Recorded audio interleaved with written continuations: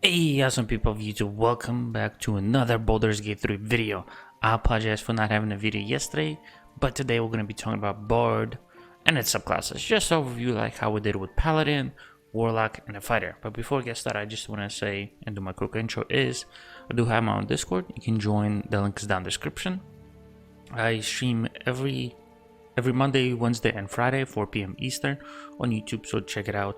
And if you do enjoy this type of content, you can help me out by leaving a like, comment, subscribe, helping the channel grow. And last but not least, if you want to see something else on the channel, well, let me know down in the comments. But with that said, let's talk about Bard. Right?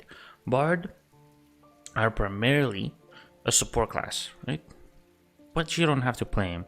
They are probably the only class that pretty much is expert in storytelling, being artist, performance, and be able to channel their power through songs, speeches, and performance to cast spells. They also use charisma as their primary ability score. There are 3 subclasses that they have: College of Lore, College of Valor, and College of Swords. We'll talk to them when you can get into them. But at level 1, you'll be able to get a couple cantrips, some spells, and some weapon proficiency. We'll start with weapon proficiency. You'll be able to get a light armor proficiency, musical instrument proficiency, so you can use like a lute, lyre, flute, drums, and a few other ones. You also get short sword proficiency, rapier proficiency, long sword, hand crossbowman, or hand crossbow, and simple weapon proficiency. You also get dexterity and charisma saving throw proficiency, which is pretty nice. You unlock 2 level 1 spell slots, which you can restore after a long rest. You get Bardic Inspiration, which is huge, which will allow you to inspire an ally to add 1d6 bonus to their next attack roll, ability check, or saving throw. And you get more Bardic Inspirations as you level up, and they reset on, and they last until long rest, and you can only get them through long rest. They're also bonus action. The cantrips that you get is determined to you. You get some of the basic ones, but I like to use Vicious Mockery because you insult the creature, so it's pretty funny. But you also give them a disadvantage on their next attack roll. You do 1d4 damage, not huge, but giving them disadvantage will help your team. Right? You can also use Blade Ward, that if you are up front, if not, something like True Strike is really nice to help your team or to help your friend get an advantage on their next attack roll. So normally I would take Vicious Mockery and the True Strike. Then for spells, I like to be a bit more supportive, so I take Healing Ward, massive. I take Dissonant Whispers because it does 3d6, so it's 3 to 18 damage, but it also frightens the creature and they'll have disadvantage on ability checks and attack rolls, and they cannot move. Right? And it's for 2 turns. Pretty nice, can help you in a lot of tough situations. You also get Tasha's, also like to take Tasha's Hideous Laughter, which pretty much leaves a creature prone with laughter without ability to get up, right? They must have at least 5 intel or more. And they can take off that effect of Hideous Laughter each time they take damage. So you can use that on a creature that have 5 intel to take it out of the fight. It's a concentration spell, so don't cast any other concentration spell. You can get rid of that enemy for the fight, so your team can get rid of other enemies. Last but not least, you can take something like Heroism, make yourself immune to frighten and you gain a bit of hit points. But you can also take like Cure Wounds, so you can heal people. Another good one, if you don't have anybody, you can take Speak with Animals if nobody else can take it. It's pretty nice. Another one is Featherfall. Right? Sleep falls off pretty quick. Long Shatter is not bad. You can take Thunderwave if you don't have a decent tank team, or if a lot of enemies. If you think a lot of enemies will come towards you, you can also take Thunderwave. But I usually keep this. Healing Ward, Dissonant Whispers, Dash Hideous Laughter, and Speak with Animals. Then you can select your starting instrument: hand drum, flute, lute, lyre, or violin. Right?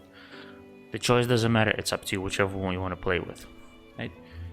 Then for ability points, I like to keep it Let's see, let's build it.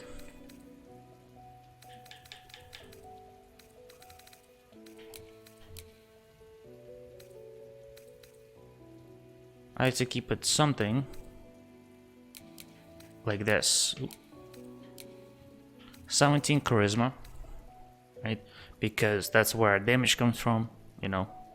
We can also influence shader price so we can sell for more, buy for less. Wisdom is okay, you know, helps us with some of the stuff. Intelligence, we don't really need it. Strength, same, unless we go melee. Dexterity allows us to, well, get more armor. And Constitution, so we're a little bit tanky. That's how I like to build it. You can build it however you want, right? And proficiencies, you pick which I want, but you get 3 proficiencies, you know, as you can see. You can go Performance, Intimidation, and Deception. And then you pick your name, right? Now, let's talk about level 2. Don't mind at my gear, this is from a different stuff. But for our gear, well, not for our gear, sorry. For our level 2, you get more health, you get an additional spell slot, so you have 3 level spell slots, you get Jack of all trades, which is huge, because your vast experience make you more likely to succeed in any undertaking, which means half of your proficiency bonuses rounded down, added to all your ability checks that you're not proficient in.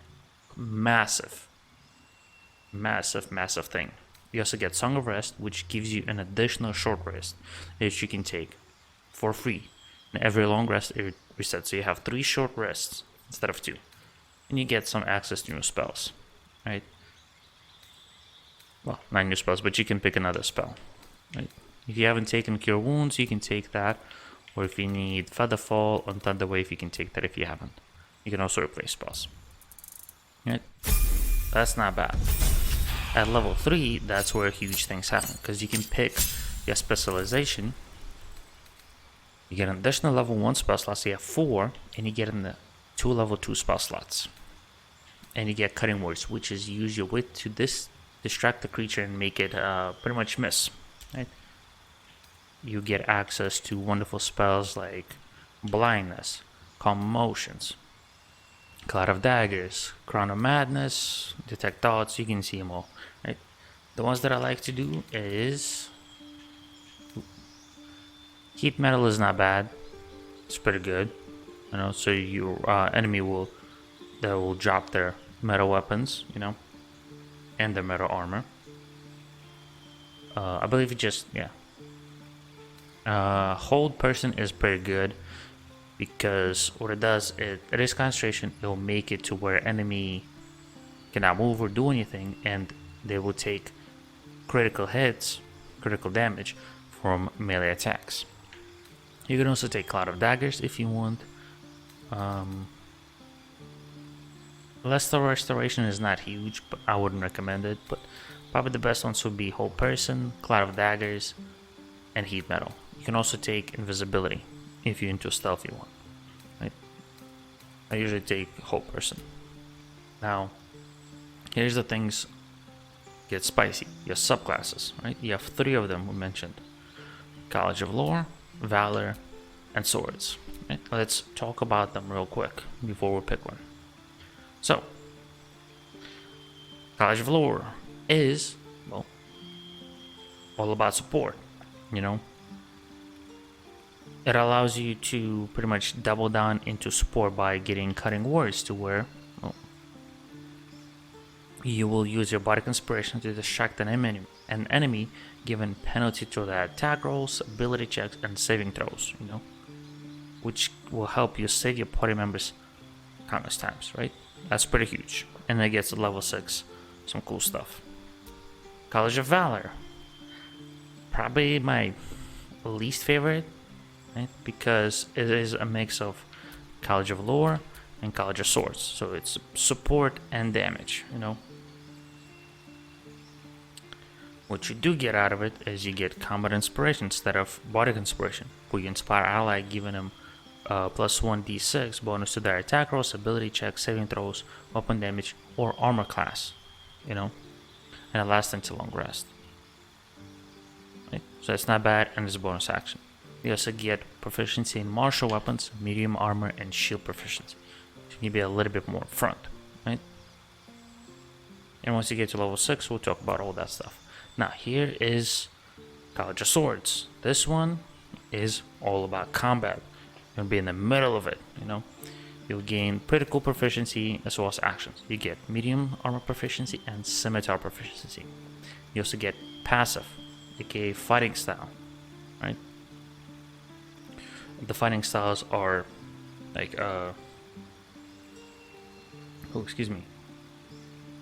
dueling, two weapon fighting, you know, stuff like that. You also get some of the slashing, melee and ranged flourishes, like slashing flourish, where you can attack two enemies at once with ranged weapons. Mobile flourish, we can short attack with no force to push them back, you know, and you can teleport to afterward. You can teleport to the target. Mobile one, you know, you do the same thing with a melee and defensive flourish. You just attack defensive, increasing your armor class by 4 if you hit. You know, you get some cool stuff. Now, for College of Swords, you can only get one of the two fighting styles, dueling or two weapon fighting. Personally, I recommend two weapon fighting style, right? But for this one, my more favorite is College of Lore. You know, don't worry about Asmodeus Tiefling. It's only if you are Tiefling Asmodeus. For other ones, it's different.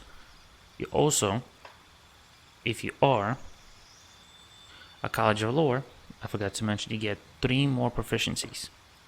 So you have up to 6. So you can pick, oh, I am not good at athletics. Boom, now I'm slightly better, you know. As you can see, I'm pretty good in deception, intimidation, performance, persuasion. Now you can select, oh, I want to be pretty good in like Arcana, Stealth, and Sleight of Hand, for example. Or instead of Arcana, Acrobatics, you can get an additional 3 skill proficiency, which is why it's pretty good, you know. As well as skill expertise. You know, you see, I have +7 performance, +7 deception. Now I want to be able to be better at history, you know. And we can pick performance because, you know, you are a bard. Right. So, at level 3, not level 3, level 4, you get health, you get an additional spell slot, an extra cantrip that you can pick. A cool one is something like Mage Hand can be useful. Mirror Illusion is not bad. That's up to you which one you want to pick. We'll pick for this one Mage Hand. Now you can pick another spell. The Cloud of Daggers, like I mentioned, is not bad, so we'll pick that one. Now you can select the feat, right? You can take SI or Ability Score Improvement for more Charisma, which is not bad. You can take something like Actor, which doubles your proficiency in Performance check, or for Deception and Performance, and you get +1 Charisma. I personally like to take Alert because Surprise is not huge, but getting 5 more Initiative is massive, allowing me to go first, or get closer to first, so I can buff my team, or debuff the enemies, right? Which could be huge. So that's what we're gonna pick, right? Because you, as a support, want to do that. You know, you want to buff your team, debuff the enemies. Now, level 5, you get more health. You unlock level 3 spell slots, which could be pretty huge. You also get Font of Inspiration. You know, you gain all your body inspiration after a long or short rest. Or sorry, it changes from long to short rest, so it's pretty huge. You get improved body inspiration, so you get it 1d8 now, and you get more spells because of level 3. Out of all of them, I'll personally recommend Glyph of Warding because you can use it as a bit of support and damage, or like Glyph of Warding Sleep, Glyph of Warding Fire, Poison, whatever. That is my more favorite ones, so that's the one I would recommend. You know, don't worry about Asmodeus Tiefling Darkness. That's the Asmodeus Tiefling. Right?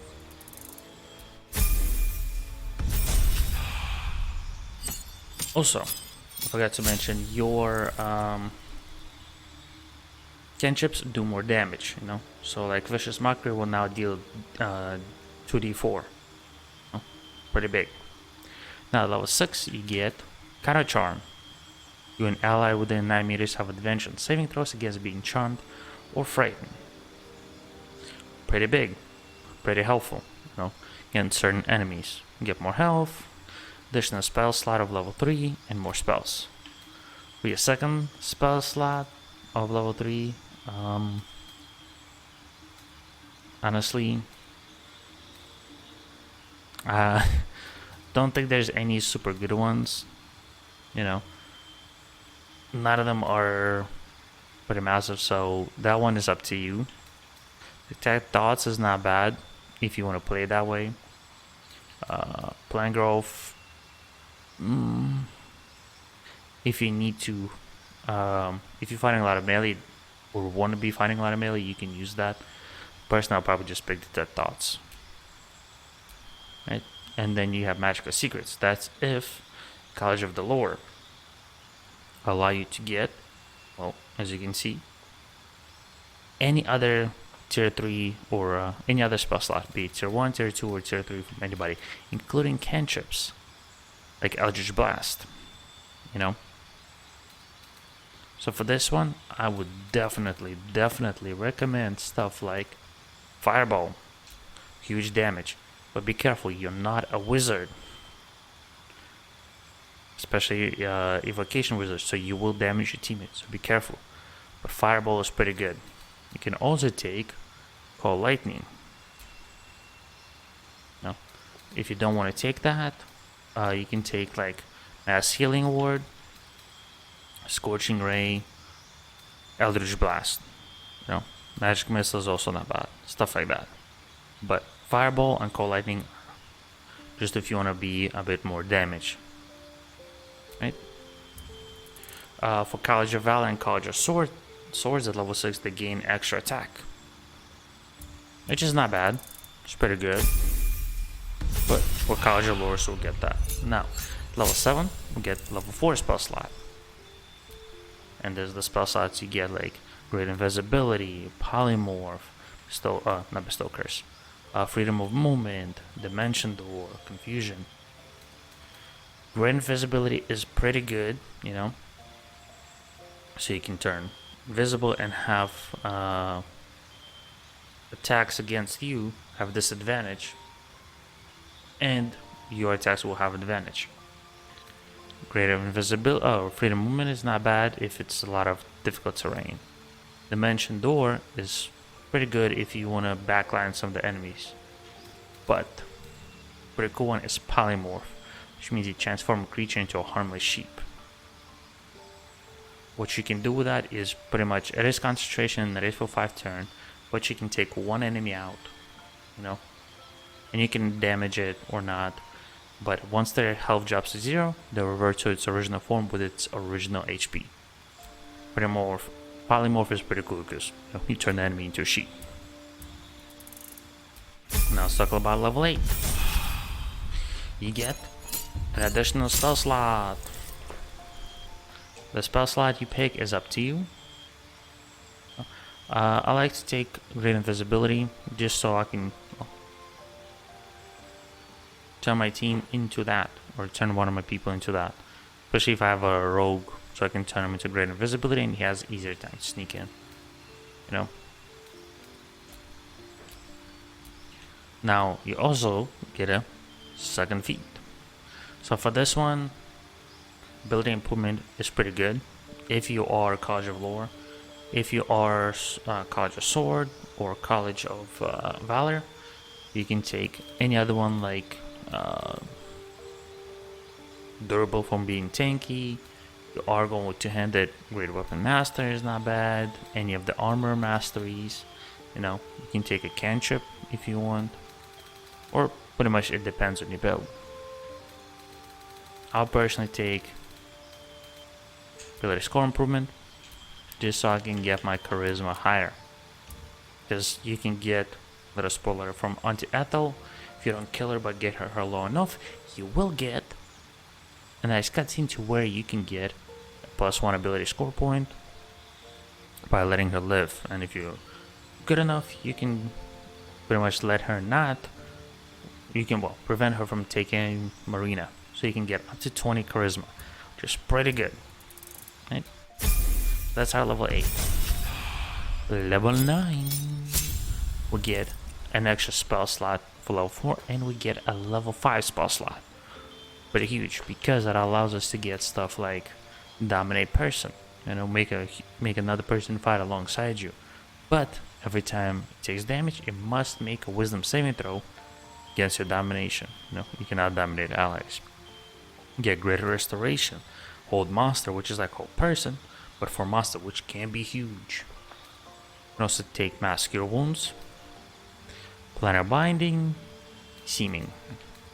Personally, if you need more heals, mass cure wounds is pretty huge, but hold monster is my more favorite because there are some monsters that have huge amount of HP. By holding them down, you can prevent them from moving, but you can also make them take extra damage, and critical hits are massive, especially by the time you reach this. So I would definitely recommend taking a whole monster. Right? Now let's talk about level 10. You get an extra level 5 spell slot, improve body conspiration to now it's not 1d6 or 1d8, but it's 1d10. You also get an extra cantrip and some spells. Cantrip, it's up to you. Now, depending on your builds, we'll take light.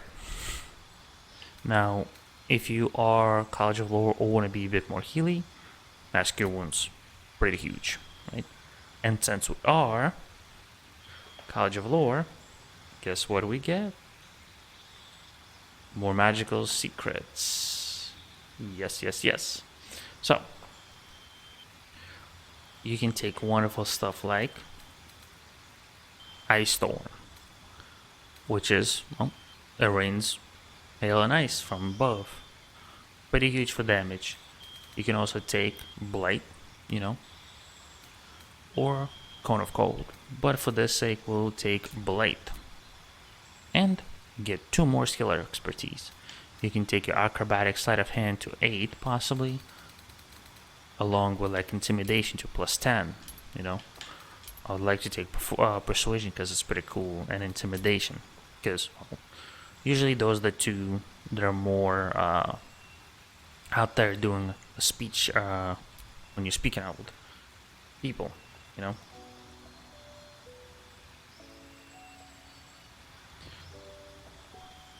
But you can pick any of the other skills. It is up to you. Right. Now, let's talk about level 11. And that is where you get your first level 6 spell. That's if you get this. Right?